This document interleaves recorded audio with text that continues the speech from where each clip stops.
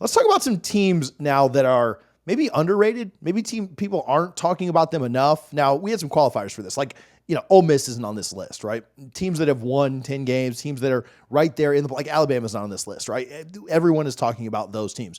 But some teams that are maybe dark horses, maybe underrated within the landscape of college football, maybe some not sleeping giants, but just sleeping college football contenders is what's written here. If I could read the notes that are right in front of me, that'd probably be good. Cole, start us off.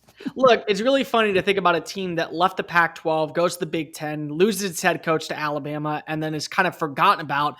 But what Jedd Fisch is building out in Washington right now, I think is really intriguing. It's very similar to the same approach as Matt Rule. Year one, you build your foundation. Year two, you establish your culture. Year three, you swing big.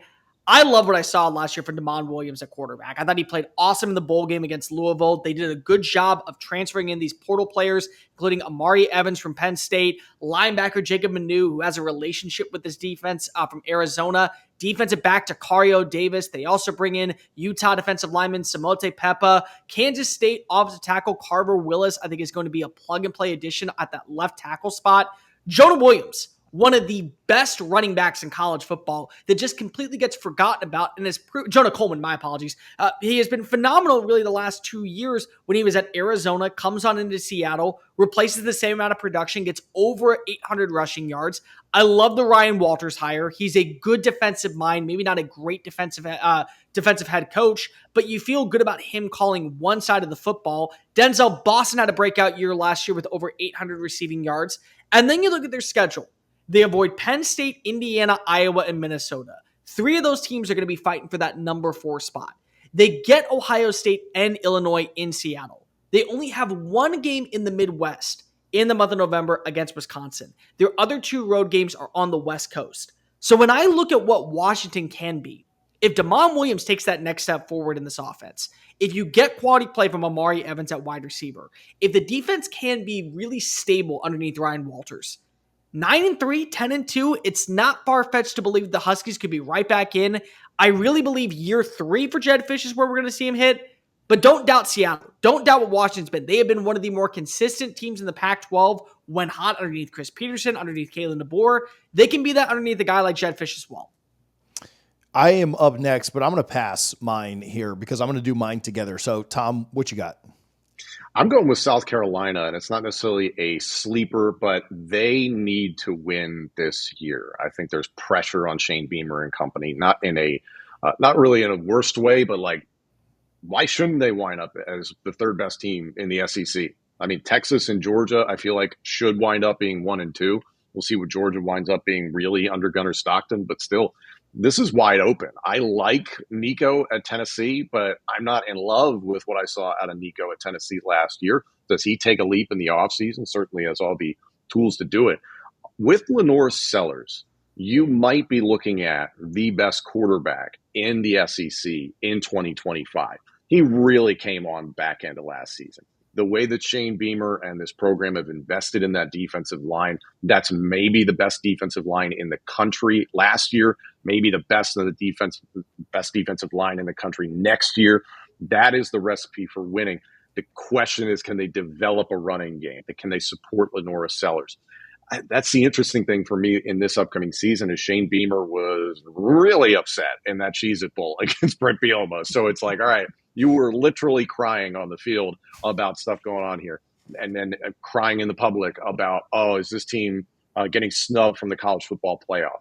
Well, this schedule is rough for South Carolina, and it's rough for a lot of SEC teams. But looking at what they've got in 2025, you open versus Virginia Tech, then South Carolina State, then Vandy, at Mizzou, Kentucky, at LSU in Death Valley, home against Oklahoma, home against Alabama, at Ole Miss, at A&M, Coastal Carolina at home, and you close the season against maybe the eventual ACC champion in Clemson, your arch rival.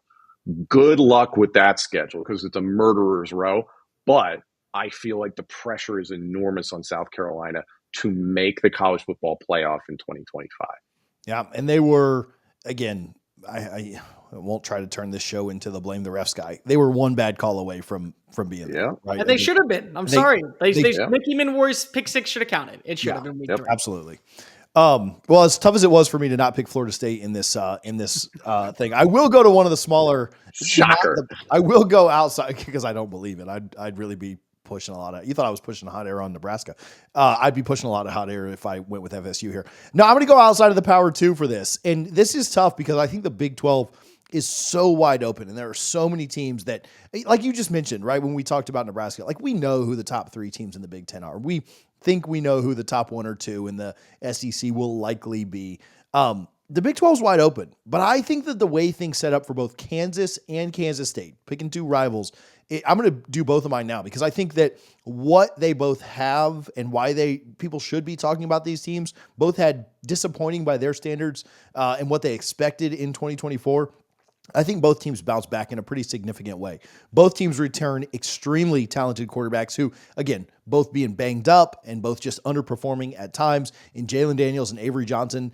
They might be the best 2 quarterbacks in the conference. We'll see how it all kind of plays out, but they've got a lot of talent there at the quarterback position. They both have the easiest Big 12 schedules. When you look at just strength of schedule, early metrics, they both do really, really well there. Their out of conference is not extremely tough, right? Kansas does have Missouri early. Kansas State just has Army and Arizona. That's an out of conference game, an old home and home that they're honoring part 2 of. Kansas State opens up the year week 0 in Dublin. If any Kansas State fans or Iowa State fans are watching this, go to that. It is phenomenal. A week-long drinking in Dublin and then going to that game, even if your team loses it on a last-second field goal, is a lot of fun. But that might be their toughest game of the year. And then it gets a lot easier down the stretch, besides maybe their rivalry game against Kansas, if they're as good as I think they can be. You guys talked about the teams that your sleepers avoided. Both these teams avoid BYU. Both these teams avoid Arizona State, the Big 12 champions from last year. They both get UCF, and they both get Oklahoma State, 2 teams that are really down right now. One of them plays Cincinnati, and they play Utah. We'll see what Utah is if they can bounce back from a really bad year. They play Utah to end the year consecutively. Like they play Kansas and they play Kansas State to finish it off. Utah does. And so I think they've got a really good chance to rack up a lot of wins. The thing about the Big 12 is anybody can trip you up. There's a lot of question marks in the Big 12 of who gets back. Does Colorado kind of maintain any form without their top 2 guys leaving, with Coach Prime still out there? I don't know. I like the way that their schedule's set up. I like the way that they have an advantage at quarterback almost every single week. I know that Iowa State, Arizona State, BYU will be teams that are in the mix in the Big 12 as well. But I certainly like at least one of the Kansas teams to make a run at the playoffs, because I think at least one Kansas team, either Kansas or Kansas State, makes the Big 12 title game. I keep telling people in the SEC, don't fall for Kansas. Lance Leipold will be coming into Como, and he'll be swinging for the fences. Like that is the type of dude that you want to go after. See, I love that Tom brings up that I'm an SEC guy, but yet my other team is a Big 10 team, and that we're talking about, there's 3 teams at the very front. Tom's doing it. He's forgetting about Illinois, because Illinois has a case that does belong in the college football playoff last year. And Brett Bielema has called out coaches analysts for not putting them in the running for being a team that should be favored going into 2025. They should. They returned 18 starters from a roster that had double-digit wins for the first time in nearly a decade out in Champaign. Luke Altmaier, the starting quarterback, he's back for another year. You didn't lose either of your coordinators. Your leading passer, your leading rusher, your leading tackler, your leading sack artist, and your leader in interceptions are all back for 2025. The biggest thing that I look at is stability on the offensive line. All 5 starting offensive linemen are back in 2025, including a potential All-American in left tackle J.C. Davis. So I feel really good about having not only a stable ground game, but a stable pass protection for my quarterback, who is mobile, who is not afraid to tuck and run and pick up those 3 or 4 extra yards to create a first down, move the sticks, and put ourselves in a prime position. They avoid Michigan and Penn State. Michigan is the ultimate wild card. If Bryce Underwood or Mikey Keene hits, congratulations. They're going to be a 10-win team potentially. But they avoid them. They also avoid Penn State. They also avoid Iowa, and they also avoid Oregon. They host Ohio State. And Ohio State is one of those teams that will be breaking in a new quarterback in Julian Sain. You also host USC. I'm not a believer in USC this year. I don't believe in Jaden Maeva. I like the wide receiver room. I don't like the offensive line. I don't think they did enough defensively. Week 2, they played Duke on the road in Durham. That's Darian Mensah's really first major test since joining the Blue Devils. And this is a defense that returns all 5 starters in the secondary. They have a 3-man rushing attack that nobody had over 1,000 yards, but everyone averaged 4.6 yards or more last year. And you have stability when it comes to what you can trust in terms of guys that are going to be able to break on out. Hudson Clement comes on over from West Virginia. I thought he had a really good season last year for the Mountaineers. Solid wide receiver number 2. And you also land a couple of depth pieces from the Big Ten and Kurt Neal and Leon Lowry from Wisconsin. I like what I've seen from the Fighting Brett Bielema's. I think that they're a very well-established team. And honestly, for my money right now, they should be the number 4 roster. When you return 85% of your production and you have a manageable schedule where all you got to do is split the series between Ohio State and USC and not lose another trip-up game, why shouldn't you be thinking about going to Indianapolis? Why shouldn't you be thinking about making a 12-team playoff? And honestly, they feel like next year's Indiana that comes out of the blue. I'm not going to be sleeping on them. I think the Illini belong in this conversation of underrated teams. I agree. I like how, before Tom does the last one, I like how Tom picked an SEC team and Cole picked a Big Ten team for this. Listen, the diversity on this show really is good. We're all about inclusion and parity. Everybody's welcome. Totally. All about the parity, even though it's the same conferences that we all know. Tom, you're going outside of the Power 2 for your last one. What you got? Yes, all due respect to the mighty ACC. We have to honor everybody here. I'm looking at Louisville as a dark horse within the ACC. I was saying before, I do expect Clemson to ultimately be the ACC champion at the end of the year. I think what they've been able to do with Cade Klubnik and his development has been really impressive. Look for Louisville to potentially duplicate what Syracuse did this past year. I like what Jeff Brom does as a coach and as a coordinator as well. Getting Miller Moss, I think, was one of the more quietly important acquisitions of the offseason. It feels very Kyle McCord-esque.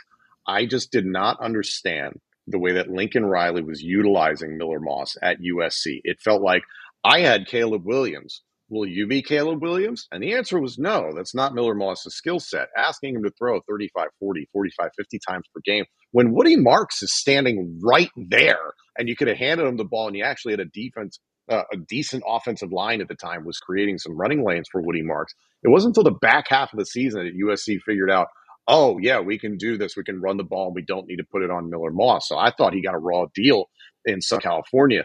This is a brand new start. He's got some interesting pieces in a good running back tandem, good wide receiver tandem. I just hope that there is a running game that they're committed to under Jeff Brom to support Miller Moss. Because again, the more his attempts go up, the worse that it could be for the offense. I'm happy to see Louisville finally have a quarterback that they can really get behind. Shuck did a nice job last season, but there are times where 9 quarterbacks on this roster. You've got to make sure that you have your solidified guy. And I think Louisville can make a run. Defensively, they might give up some points and they could be in a bunch of shootouts. So that could kind of hurt everything I just said about Miller Moss being limited in terms of attempts. But I still think I like what Jeff Brom and company are capable of doing. And we were talking about it before. Does Florida State rebound? What does UNC look like under Bill Belichick? Miami with Carson Beck. That's a big outlier within the ACC.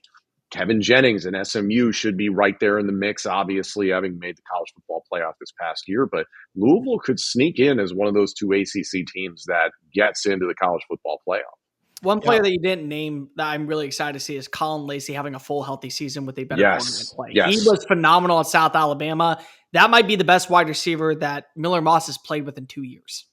What's interesting about Louisville specifically is they avoid Florida State, which maybe they would want to play Florida State at this point. But outside of that, they play the best 3 teams in the conference. And so their record in those games, and then their record outside of that, they got tripped up at Stanford last year in a game they had no business losing, a game that I turned off because I thought it was over and flipped to something else. So you can't lose any of those games, but they do have Clemson, SMU, and Miami. Now they get Clemson at home, which they beat them in Death Valley last year. Clemson, kind of an up and down mess last year at times. So we'll see how they've rebounded. I too like Clemson to win the ACC. But they got to go to Miami and they got to go to SMU, 2 places that, I don't think that either one of them is just overwhelmingly tough environments to play in, but 2 teams that could be pretty good.